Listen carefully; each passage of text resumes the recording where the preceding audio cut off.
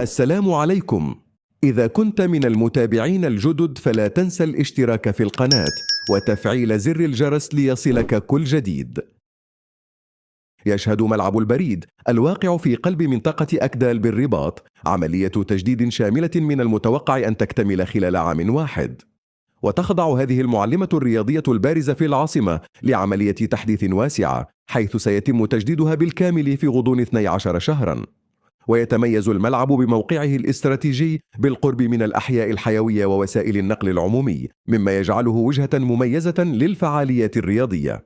وتبلغ طاقته الاستيعابية ما بين 15,000 و20,000 متفرج، ما يؤهله لاستضافة منافسات وتدريبات على أعلى مستوى، خصوصا في إطار التحضيرات لكأس إفريقيا وكأس العالم.